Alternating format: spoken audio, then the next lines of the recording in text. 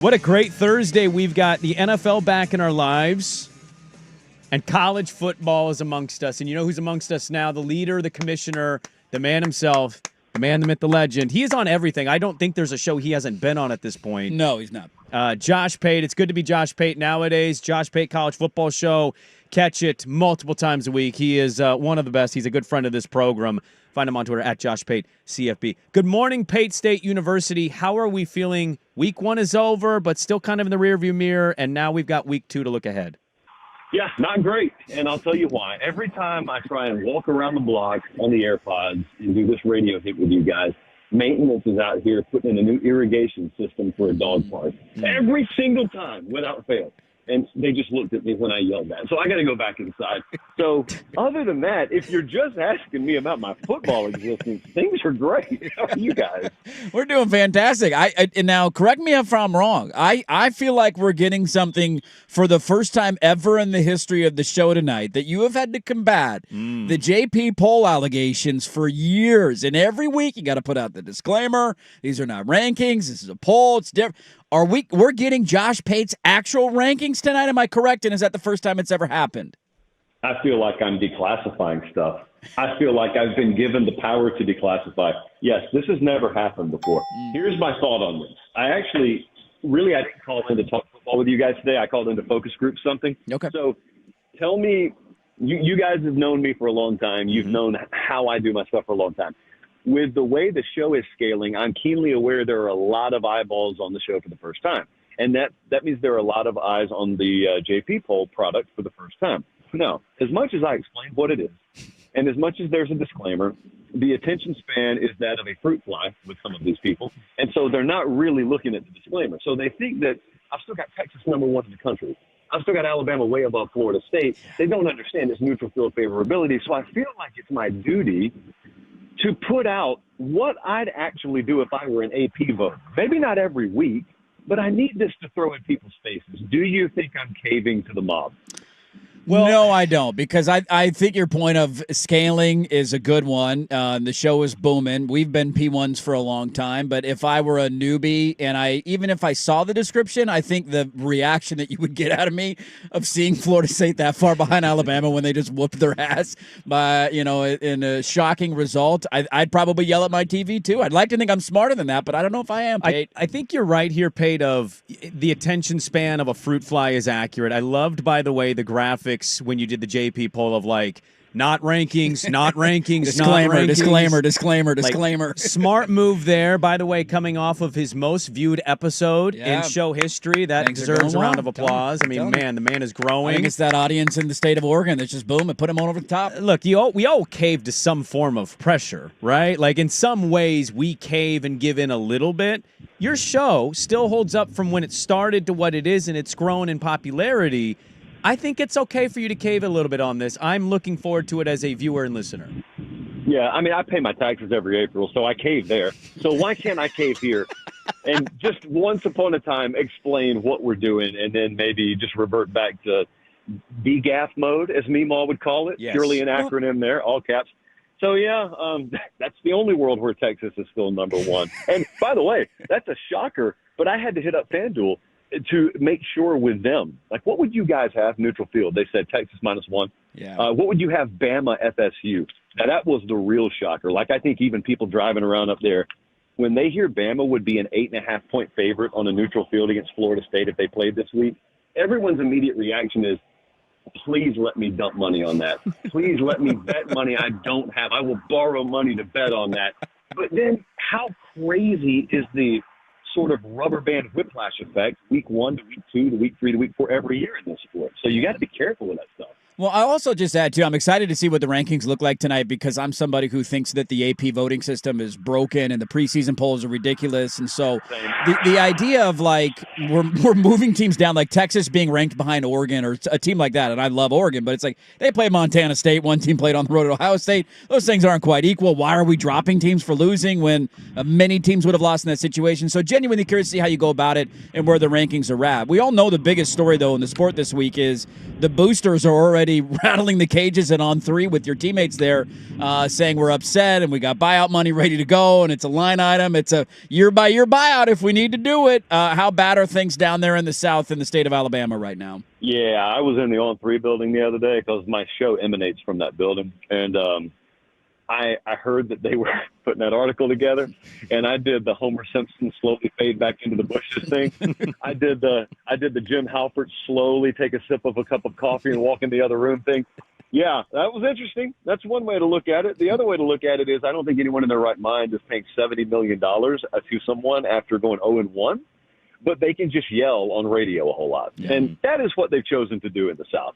You guys think you've had fun after the Montana State win. Imagine doing Birmingham radio. Just imagine doing Birmingham radio in general. Then imagine doing Birmingham radio after an Alabama loss and an Auburn road win against Baylor, by the way. That has to be baked in. Yeah, it's been ugly. I think that, look, I was so stunned by that result. I still don't know what to make of it. Hold on, my food's pulling up here. I still don't know what to make of it because I know what I saw. Like, I went and watched them scrimmage twice. I know what I saw. I know my eyes weren't deceiving me. Yep, thank you. Ooh, what are we getting? What's on the? Yeah, what's in the bag? What are we? Look, this breakfast bowl is going to be so good. I've ordered it every day for like the past 2 years. Same driver most of the time. Okay. So anyway, speaking of breakfast bowls, I had no clue that was coming. And the one thing that happens in football sometimes is maybe the three of us are surprised by a result, but then in retrospect you find out, oh, this had been a problem in practice, or, oh, that injury was a concern, or the coaching staff had a good idea. I've got none of that feedback from Alabama. They're as stunned as anyone else was. So either one of two things is true. Either the team's not remotely what people like me thought it was, which is a distinct possibility, or this was the most bizarre one-off example in the history of football. The reason I cannot be convinced of the latter until I see them play again is it wasn't like guys were just misaligned or dropping balls or, not focused. Sure, those things may have been issues, but there were far more fundamental effort-based issues. Just the kind of stuff that I don't know you have one magical team meeting and correct. So I can still acknowledge, all right, the buyout talk's ridiculous, and yeah, technically they're still alive for everything. They haven't even played a conference game yet. I don't know that I'll trust that team again the rest of the year. Yeah, the gap assignment note that you made on the show of just like guys just not hitting the gaps they were supposed to be in is alarming to me at that level of a program. But every time they lose, we get one of these. This is a football nightmare, and bro. So we'll always kind of revel in it because we're not diehard Alabama fans, and I enjoy it. This is the commissioner of football, college football, Josh Pate, our good friend. Catch a show. Josh Pate, College Football Show, YouTube, On3, wherever you get it, you'll find it. It's free to subscribe, as he likes to point out, and it's growing at a massive rate. It's hard to get over your skis on Oregon destroying Montana State. I think my takeaway there was the athleticism, the speed, the size. I think Dan Lanning year 4, this is kind of what he dreams about, and I don't know about Dante Moore against better opponents, but on paper, they look like they might be even better than some gave them credit. I'm curious what your takeaway was from Oregon, even though they played an opponent like Montana State. And then also Mike Gundy this week crying poor as he's been funded by an oil booster for how many years, acting as if he's never had any money put into his program and the shellacking he's probably going to take this weekend.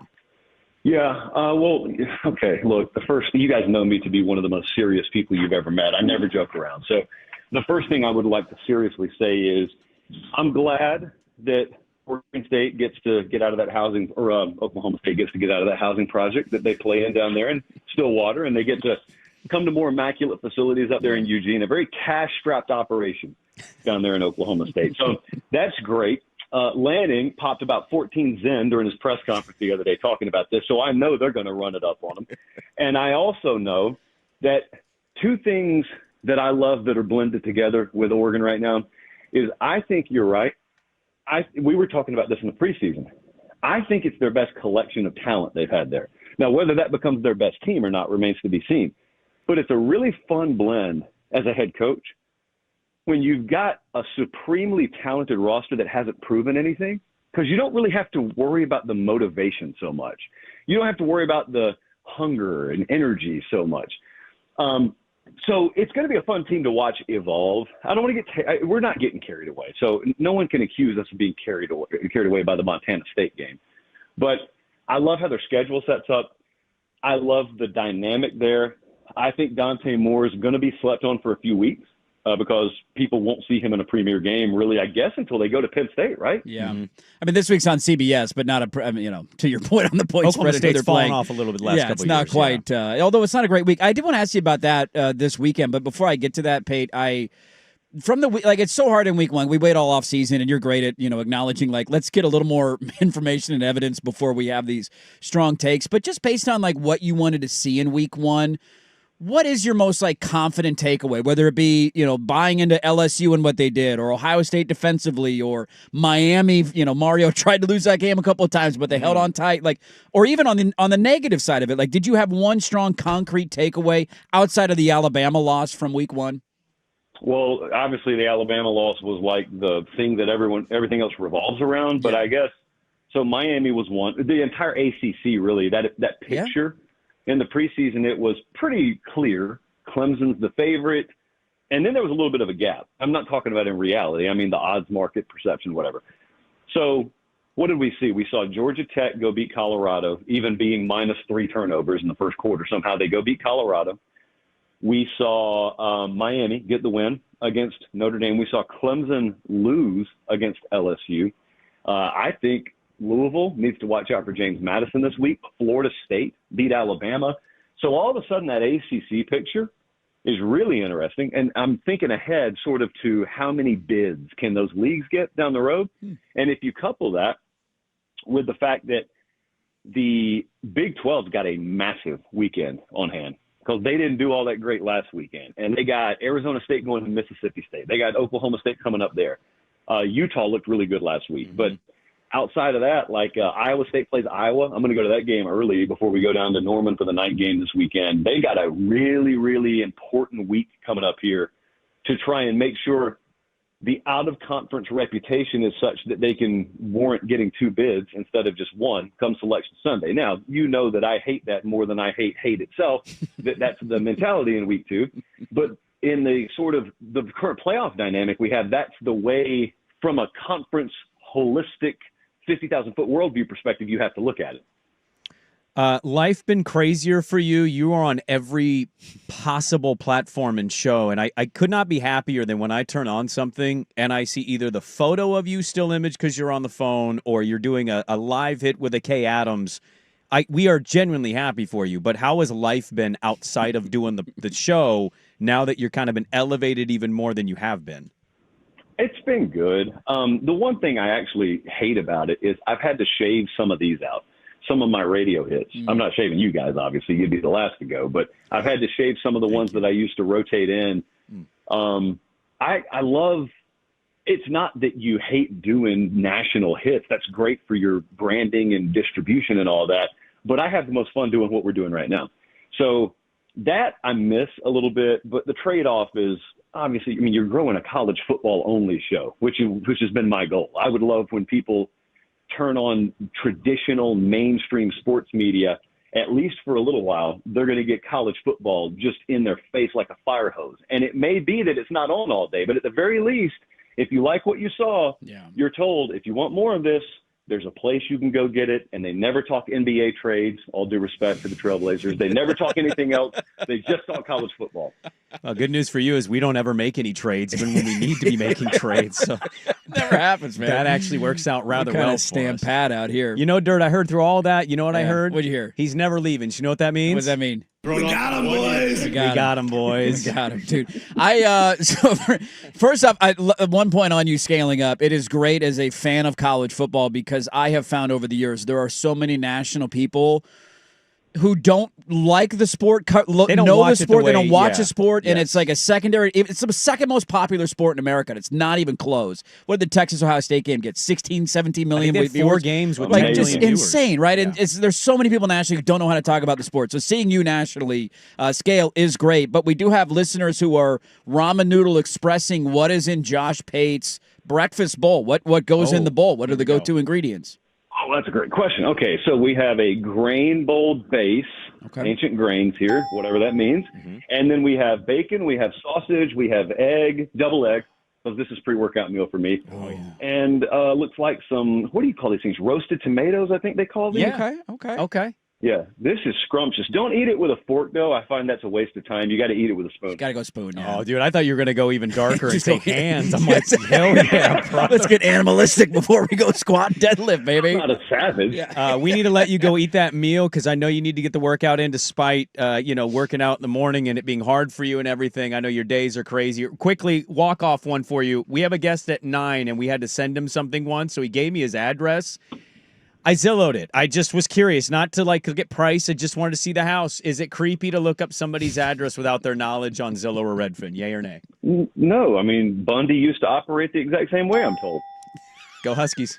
There you go. He's the commissioner of college football, Josh Pate. Find him on everything. Find his show every Sunday, Tuesday, Thursday, visiting a Pate State University near you. Thank you so much, Commissioner. Enjoy week 2, and we'll talk to you next week. I appreciate it, guys. All right, there we go. Our good friend, Josh Pate, who... He can't quit us. Come on, man. It's not often that you actually have guests or people on a program that you feel great about when they say something, but for him to say, I have to drop some of these, but I'll never drop you. We got him, boys. Okay, it feels good. We've had a lot of people on the show over the years who have been at the start of their career and then scaled up and immediately gave us the bird and the no longer responding to our text messages. Zach Lowe, Field Yates. Yes, just 2 to come to mind. Could not get him to respond. Used to come on all the time, a great guest back in the day, and then, big time at ESPN, and I don't need these little peons in Portland anymore. We try. He's a guy who has scaled up maybe bigger than, anybody in that industry over the last year, and love having him on every week. So we got him on. I checked it. He had 12,000 subscribers on YouTube, which is pretty damn 12,000 is huge, man. Right? Yeah. He just had an episode where he had 105,000 viewers. Yeah, it's big time, man. For a YouTube show. He's all over Bussin' with the Boys. He's on ESPN. He's on Cowherd. He's on, you name it. He's on that network talking college football. He's on with Kay Adams every week. Very happy for that dude. He does it the right way, and he's a good dude who covers college football in a very serious way. So our weekly with Josh Pate every Thursday, 7:40. Yep.